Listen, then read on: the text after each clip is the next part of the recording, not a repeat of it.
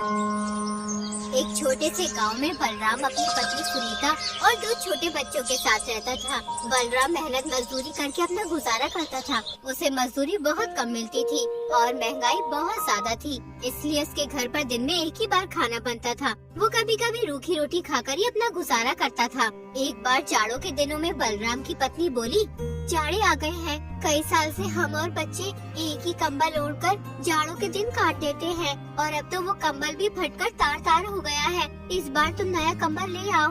अब उस पुराने फटे कंबल में ठंड नहीं रुकती है। बच्चों को ठंड से कांपते हुए देखकर रोना आता है। बच्चों को देखकर मुझे भी रोना आता है। मैं एक बदनसीब बाप हूँ जो घर में एक कंबल भी नहीं ला सकता। सुनीता, तुम तो जानती हो मेरी रोज की कमाई से हमारे घर का गुजारा बहुत मुश्किल से हो पाता है। ऐसे में मैं कंबल कहाँ से ला सकता हूँ? एक कंबल की कीमत कम से कम 10 रुपए होगी और मैं दिन में बड़ी मुश्किल से ही 1 रुपया कमा पाता हूँ।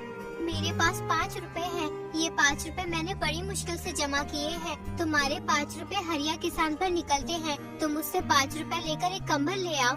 बलराम हरिया के घर अपने 5 रुपए लेने पहुंच जाता है। हरिया अपने घर के बाहर दरवाजे पर बैठा हुआ होता है। बलराम को अपने घर आता देखकर हरिया उससे कहता है, अरे बलराम भाई, आज मेरे घर कैसे आना हुआ? सब खैरियत तो है ना?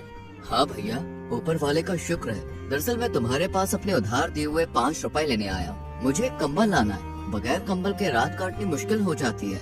बलराम भाई, तुम्हारा दुख मैं समझ सकता हूँ, लेकिन मेरी परिस्थिति भी कुछ सही नहीं है। इस समय घर में 1 पैसा भी मौजूद नहीं है। तुम अपने 5 रुपए फिर कभी ले जाना। उतने में ही हरिया की पत्नी आ जाती है। तुम बलराम भाई के पैसे क्यों नहीं देते हो? ऐसे जाड़े भरी रात बगैर कंबल के कैसे काटते होंगे? बलराम भाई, मेरे पास ये 3 रुपए हैं, तुम इन्हें ले लो। बचे हुए 2 रुपए हम तुम्हें बाद में दे देंगे।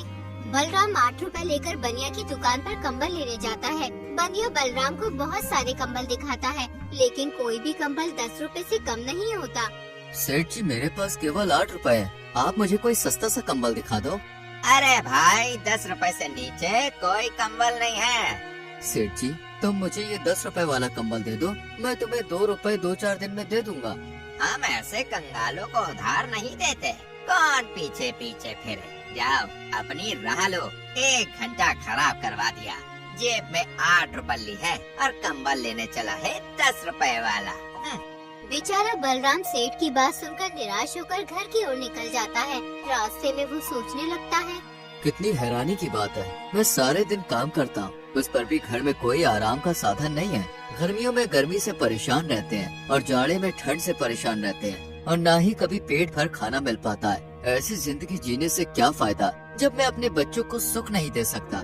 बेचारी सुनीता ने घर से चलते समय कहा था कि कंबल जरूर लेकर आना। अब मैं क्या जवाब दूंगा उसको? बेचारी मेरी वजह से कितनी परेशानियों का सामना कर रही है। अब मैं क्या करूं? कहां जाऊं? तभी बलराम को ठंड से कांपता हुआ एक बूढ़ा आदमी दिखाई देता है, जो किसी गहरी सोच में डूबा हुआ आसमान की तरफ देख रहा था। उस बूढ़े आदमी को देखकर ऐसा मालूम हो रहा था जैसे वो बहुत बड़ी मुसीबत में है, लेकिन बलराम उसे देखकर आगे बढ़ जाता है। थोड़ी दूर जाने के बाद बलराम सोचने लगता है, मैं कितना निर्दयी हूँ। बेचारे उस बुजुर्ग आदमी को ठंड में सिकुड़ते हुए छोड़ आया। कहीं वो बूढ़ा आदमी ठंड से मर न जाए। पता नहीं उसने कुछ खाया होगा भी या नहीं। कितना बुरा होगा अगर मैं उसे इस हालत में छोड़कर चला गया। मुझे उसकी मदद करनी चाहिए। फिर बलराम वापस उस बूढ़े आदमी के पास गया। उस आदमी को ठंड से कांपता हुआ देखकर बलराम को उस पर तरस आ गया। फिर वो उस आदमी से बोला, बाबा, आप इतनी ठंड में यहाँ क्यों बैठे हैं? क्या आपको कोई मदद चाहिए? बेटा, मदद तो मुझे चाहिए, लेकिन तुम मेरी क्या मदद करोगे? तुम्हारे कपड़े तो खुद तुम्हारी कहानी बता रहे हैं। बाबा, मेरे बस का हुआ तो मैं आपकी मदद जरूर करूँगा। ज्यादा ना सही तो थोड़ी बहुत तो कर ही दूंगा।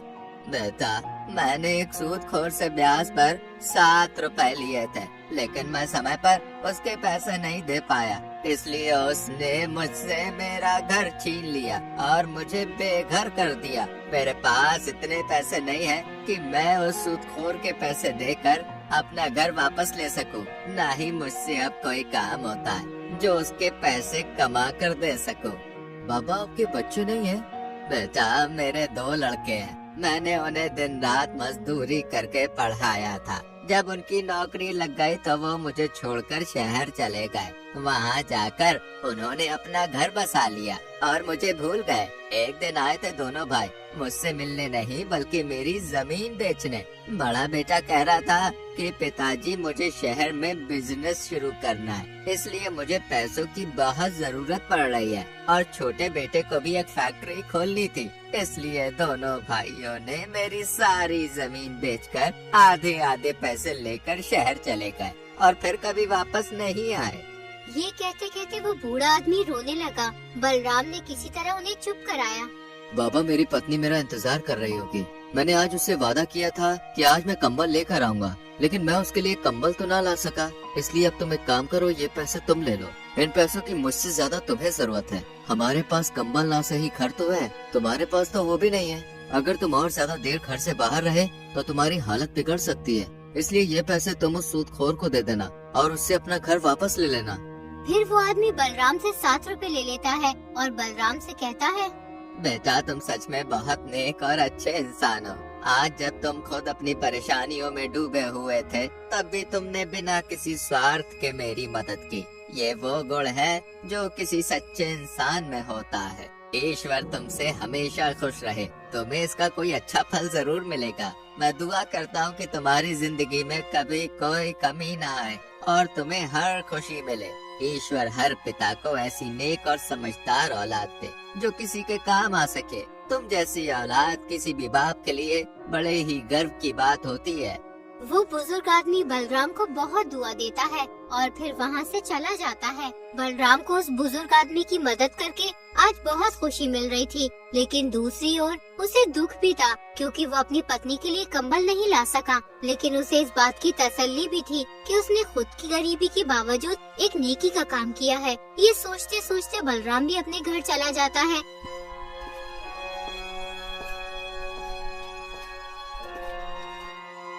जैसे ही उसकी पत्नी बलराम को देखती है तो वो उससे कहती है, मैं कब से तुम्हारा इंतजार कर रही थी। तुम्हारी रात देखते देखते मेरी आंखें दुख गई। दिल में अजीब अजीब ख्यालात आ रहे थे कि कहीं कोई अनहोनी ना हो गई हो। सुनीता, तुम भी जरा जरा सी बातों की चिंता करने लगती हो। अरे जब आदमी घर से बाहर होता है तो समय लग ही जाता है। मैं हरिया के पास गया था पैसे लेने, लेकिन उसने पैसे देने से इनकार कर दिया। पर उसकी पत्नी ने हमारी मजबूरी देखकर 3 रुपए दे दिए थे।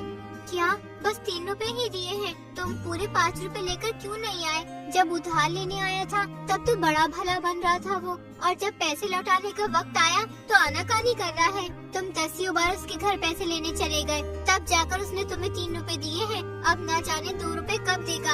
और कंबल का क्या हुआ? सुनीता, मैं कंबल लेने गया था, लेकिन कोई भी कंबल 10 रुपए से कम नहीं था। मैंने बनिए से 2 रुपए उधार करने के लिए भी कहा, लेकिन उसने उधार देने से साफ इनकार कर दिया। आज के जमाने में कोई किसी को बिना कुछ फायदे की कोई चीज नहीं देता। अगर तुम उससे ब्याज पर 2 रुपए की उधारी करते तो वो तुरंत दे देता, लेकिन तुमने सही किया जो कंबल नहीं लाए। 2 रुपए की तो बात है, 10-5 दिन में इकट्ठे हो जाएंगे। लाओ 8 रुपए, मैं उन्हें संभाल कर रख देती हूँ। जब कंबल लाओगे तो दे दूंगी। सुनीता, उन 8 रुपयों में से 7 रुपए मैंने एक बुजुर्ग आदमी को दे दिए। उसे पैसों की बहुत जरूरत थी, वो ठंड से कांप रहा था। अगर मैं उसकी मदद नहीं करता तो शायद वो जिंदा न रह पाता। फिर बलराम ने विस्तार से सारी बात सुनीता को बताई। बलराम की बात सुनकर सुनीता बोली, तुमने बहुत अच्छा किया जो 7 रुपए उस बुजुर्ग आदमी को दे आए, लेकिन तुम्हें पता होना चाहिए कि जो दिया घर की रोशनी के लिए होता है उसे मंदिर में ले जाकर नहीं जलाया जाता। अब इस जाड़े भरी रात में हम अपने बच्चों को क्या उड़ाएंगे? भला इस गांव में कौन ऐसा आदमी है जो तुम्हारी 1 रुपए की भी मदद कर दे? तुम बिल्कुल सही कहती हो सुनीता, मैं तुम्हारी बात से पूरी तरह से सहमत हूँ। लेकिन वो बेचारा बुजुर्ग आदमी हमसे ज्यादा मुसीबत का मारा था। तुम चिंता न करो, ईश्वर ने चाहा तो हमारे कंबल का भी कहीं न कहीं से इंतजाम हो ही जाएगा। चलो तुम मेरे लिए खाना लगा दो, बहुत जोरों की भूख लगी है। आज तो घर का आटा भी खत्म हो गया है। 3 रोटी का आटा बचा हुआ था, 2 रोटी बच्चों ने खा ली और 1 रोटी मैंने आपके लिए रख दी। और तुमने क्या खाया सुनीता? या तुम भूखी ही हो? मैंने भी बच्चों के साथ 1-2 निवाले खा लिए थे। फिर सुनीता बलराम के लिए खाना लगा देती है। जैसे ही बलराम खाना खाने बैठता है उतने में ही कोई घर का दरवाजा खटखटाता है। सुनीता घर के बाहर जाकर देखती है तो एक बूढ़ी औरत खड़ी थी। वो सुनीता से कहती है, बेटी मुझ पर दया करो, मैंने कल से कुछ नहीं खाया है, इसलिए मेरी हालत बहुत खराब हो गई है और मेरे पास खाने के लिए कुछ भी नहीं है। कृपया मुझे कुछ खाने को दे दो, ईश्वर तुम्हारा भला करेगा। बहुत लोगों के घर के दरवाजे खटखटाए, लेकिन किसी ने ठंड की वजह से दरवाजा नहीं खोला। माँ जी, इस वक्त तो हमारे घर में कुछ भी नहीं है जिसे मैं तुम्हें खाने को दे सकूं, और ना ही राशन है जो मैं तुम्हें बनाकर कुछ दे दूं। सुनीता की बात सुनकर बुजुर्ग महिला की उम्मीद टूट जाती है। उतने में ही बलराम आ जाता है। वो बुजुर्ग महिला से कहता है, माताजी आप अंदर आ जाइए, ज्यादा देर घर के बाहर रहना सही नहीं है, ठंड बहुत ज्यादा पड़ रही है, आप बीमार हो सकती हो। बलराम उस बुजुर्ग औरत को घर के अंदर ले आता है और फिर सुनीता से कहता है, सुनीता, मेरे लिए तुमने जो एक रोटी बचा कर रखी थी वो रोटी माताजी को दे दो। लेकिन स्वामी आप क्या खाओगे? आपने भी तो सुबह से कुछ नहीं खाया है। सुनीता, उस रोटी की जरूरत मुझसे ज्यादा माताजी को है, क्योंकि ये मुझसे ज्यादा भूखी है, इसलिए ये रोटी माताजी को दे दो। फिर सुनीता ने वो रोटी बुजुर्ग औरत को दे दी। बूढ़ी औरत बहुत भूखी थी, इसलिए उसने वो रोटी तुरंत खा ली। आप लोगों ने इस बुरे वक्त में मेरी सहायता की है, मैं तुम्हारा ये एहसान जीवन भर नहीं भूलूंगी। वो बूढ़ी औरत बलराम और सुनीता को दुआएं देती हुई चली जाती है। अगली सुबह सुनीता बलराम से बोली, तुमने भी रात को कुछ नहीं खाया और बच्चे भी थोड़ा बहुत खाकर ही सो गए थे। तुम एक काम करो, तुम्हारे पास जो बचा हुआ 1 रुपया है उससे घर का राशन ले आओ। पत्नी के कहने पर बलराम घर का राशन लेने के लिए बाजार की ओर रवाना हो जाता है। रास्ते में उसे एक बूढ़े आदमी के रोने की आवाज आती है। वो बूढ़ा आदमी अपने बेटे से कह रहा था, बेटा तू मेरी क्यों नहीं सुनता? मैं कितने दिन से कह रहा हूँ कि मेरी बीमारी बढ़ती ही जा रही है, तू मुझे किसी हकीम के पास ले चल। पिताजी, मैं आपके इलाज के लिए पैसे कहाँ से लेकर आऊँ? आप तो जानते ही हो मेरे पास एक भी पैसा नहीं है, फिर भी आप बार बार कहकर मुझे शर्मिंदा क्यों करते हो? फिर बलराम उस बूढ़े आदमी के पास जाकर उसके रोने की वजह पूछता है तो बूढ़ा आदमी उससे कहता है, मैंने अपने इस बेटे को पालने के लिए दिन रात एक कर दी, बड़ी मेहनत मशक्कत से मैंने इसे पाला है। जब ये 1 साल का था तभी इसकी माँ ईश्वर को प्यारी हो गई थी। मैं चाहता तो दूसरा विवाह कर लेता, लेकिन मैंने इसकी वजह से नहीं किया कि कहीं दूसरी पत्नी से परेशान न करे और इसकी जिंदगी खराब ना हो जाए। और आज जब मैं बूढ़ा हो चुका हूँ तो ये मुझे किसी हकीम के पास नहीं ले जाता जिससे मैं अपनी बीमारी का इलाज करवा सकूं। फिर बूढ़े आदमी का बेटा बलराम से कहता है, मैं इस बात से सहमत हूँ कि इन्होंने बड़ी ही तकलीफों से मुझे पाला है और पाल पोस कर जवान किया है, लेकिन मैं मजबूर हूँ। मेरे पास इतने पैसे नहीं हैं कि मैं इनको किसी हकीम के पास ले जा सकूं। बलराम दोनों बाप बेटे की बात सुनकर परेशान हो गया और फिर उसने अपना 1 रुपया जिससे वो घर का राशन लेने जा रहा था बूढ़े आदमी के बेटे को दे देता है। इस 1 रुपए की मुझे भी बहुत आवश्यकता है, क्योंकि मेरे बच्चे बहुत भूखे हैं और इस 1 रुपए से मैं घर का राशन लेने जा रहा था जिससे मैं अपने परिवार का पेट भर सकूं। लेकिन अगर तुम्हारे पिताजी को समय से इलाज नहीं मिला तो इनकी जिंदगी को खतरा है। इस 1 रुपए से तुम अपने पिताजी का इलाज करवा लो। उस नौजवान को बलराम के इस नेक काम पर विश्वास ही नहीं हो रहा था कि उसने अपनी खुद की मजबूरी होते हुए भी हमारी मदद की है। उसने चाहा कि वो बलराम के कदमों में गिर पड़े, लेकिन बलराम ने उसे ऐसा करने से रोक दिया और कहने लगा, मेरे भाई, अपने पिताजी का इलाज सही से करवाओ और अब हमेशा इनका ख्याल रखना।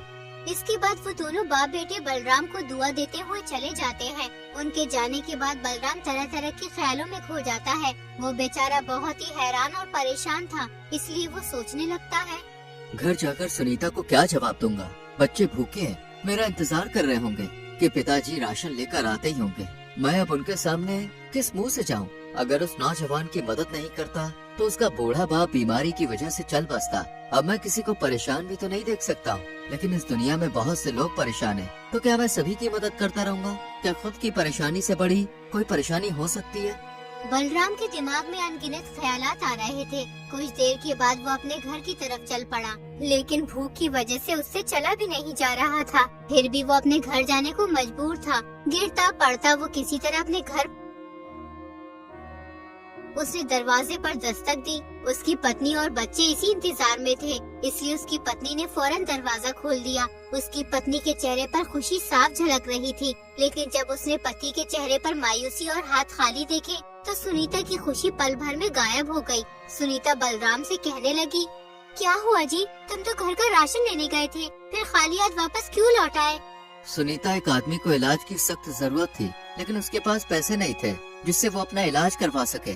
मुझसे उसका दर्द देखा नहीं गया, इसलिए मैंने वो 1 रुपया उस आदमी को दे दिया। अपने पति की बात सुनकर सुनीता गुस्से से आग बबूला हो उठी और फिर बलराम से बोली, तुम्हें तो सिर्फ दूसरे लोगों का दर्द दिखाई देता है। अपने बच्चे भूख से तड़प रहे हैं, उनकी कोई फिक्र नहीं है और कल से खुद ने भी कुछ नहीं खाया। दूसरों को मुसीबत में देकर उनकी मदद करते फिरते हो, लेकिन पता नहीं तुम्हें अपने बच्चों पर दया क्यों नहीं आती, क्यों उनका दर्द नहीं दिखाई देता। अब तुम ही बताओ, मैं अपने बच्चों को क्या खिलाऊं जो उनकी भूख मिट सके। अब मेरे बच्चों में ज्यादा देर तक भूख बर्दाश्त करने की हिम्मत नहीं है। अब तो लगता है भूख के मारे इनकी जान ही निकल जाएगी। सुनीता, ऐसा मत कहो। जो चीज जिसके नसीब में होती है वो उसी को मिलती है। वो बेचारा बूढ़ा आदमी बहुत मजबूर और लाचार था। अगर तुम भी उस बूढ़े आदमी की फरियाद सुनती तो तुम भी वही करती जो मैंने किया। सुनीता, तुम विश्वास रखो, ईश्वर हमारे लिए भी कोई रास्ता जरूर निकालेगा। बलराम की बात सुनकर सुनीता का गुस्सा शांत हो गया। फिर वो बलराम से बोली, तुम एक काम करो, मेरी ये सोने की अंगूठी साहूकार के पास गिरवी रखकर कुछ पैसे ले आओ। जब हमारे पास पैसे हो जाएंगे तो हम साहूकार से अंगूठी वापस ले लेंगे। फिर बलराम ने अपनी पत्नी से अंगूठी ले ली। वो नहीं चाहता था कि साहूकार के पास अंगूठी गिरवी रखकर पैसे ले आए, लेकिन बेचारा मजबूर था। बिना कुछ कहे चुपचाप साहूकार के घर की ओर चल पड़ा। बलराम को अपने घर देखकर साहूकार बोला, अरे बलराम, बताओ कैसे आना हुआ तुम्हारा यहाँ? साहूकार जी, मुझे कुछ पैसों की जरूरत है। थोड़े बहुत दिन में मैं आपके पैसे लौटा दूंगा। बलराम, पैसे तो मैं तुझे दे दूंगा, लेकिन तुम्हें पैसों के बदले कुछ गिरवी रखना होगा। मैं तुम्हें पैसे दे सकता हूँ और जब तुम ब्याज के साथ मेरे पैसे लौटा दोगे तो मैं तुम्हारी गिरवी रखी चीज वापस कर दूंगा। फिर बलराम साहूकार को अपनी पत्नी की अंगूठी दे देता है। अंगूठी लेकर साहूकार बलराम को पैसे दे देता है। बलराम पैसे लेकर बाजार से घर का राशन ले आता है। उसके बाद उसकी पत्नी खाना बनाती है और सभी खाना खाते हैं। खाना खाने के बाद वो सो जाते हैं। आधी रात को 2 चोर किसी तरह बलराम के घर में घुस जाते हैं। उनके पीछे राजा के सिपाही पड़े हुए थे। उनसे बचने के लिए ही वो बलराम के घर में घुस जाते हैं। उनके पास बहुत सारे सोने के सिक्के थे। तुम तो कह रहे थे कि तुम छोटी मोटी चोरी करते हो। तुम्हारे चक्कर में मेरी जान भी खतरे में है। अगर सिपाहियों ने हमें पकड़ लिया तो राजा हमें जिंदा नहीं छोड़ेगा। मैं तो कह दूंगा कि तुमने ही मुझे चोरी करने के लिए कहा था। मेरी पत्नी हमेशा मना करती रही कि मैं तुम्हारे साथ न रहूं, लेकिन मैंने उसकी एक न सुनी और आज मैं इस मुसीबत में फंस गया। क्या? मैंने कहा था तुम्हें चोरी करने के लिए? अरे तुम ही रोज मुझसे कहा करते थे मुझे अपने साथ ले चलो। आज पहली बार तुम्हारी वजह से ये मुसीबत खड़ी हुई है, वरना आज तक मुझ पर किसी को शक नहीं हुआ है। भाई, मैं तुम्हारे हाथ जोड़ता हूँ, किसी भी तरीके से इस परेशानी से निकलने का कोई रास्ता सोचो। मैं मरना नहीं चाहता। मेरे बच्चे मेरा इंतजार कर रहे होंगे। एक काम करते हैं, इस सोने के सिक्कों की थैली यहीं छोड़ चलते हैं। इसी में हमारी भलाई है। अगर जिंदा रहे तो पैसे और कमा लेंगे, अगर पकड़े गए तो खैर नहीं। फिर वो दोनों चोर सोने के सिक्कों से भरी थैली बलराम के घर में ही छोड़कर चले जाते हैं। सुबह जब बलराम और उसकी पत्नी सोकर उठते हैं तो देखते हैं कि एक थैली रखी है। बलराम ने जब वो थैली खोली तो सोने के सिक्के देखकर उसके होश उड़ गए। लगता है ये सब ईश्वर की मेहरबानी है। उन्होंने ही हमारी परेशानी देखकर ये सिक्के हमारे घर में रखे हैं। सुनीता, मैं न कहता था कि एक दिन ईश्वर हमारी परेशानी जरूर दूर करेंगे। उन सोने के सिक्कों को पाकर बलराम कुछ ही दिनों में बहुत मालदार हो जाता है। उसके बाद वो अपने लिए एक अच्छा सा मकान बनवाता है और फिर वो अपनी पत्नी के साथ खुशी से जीवन बिताने लगता है।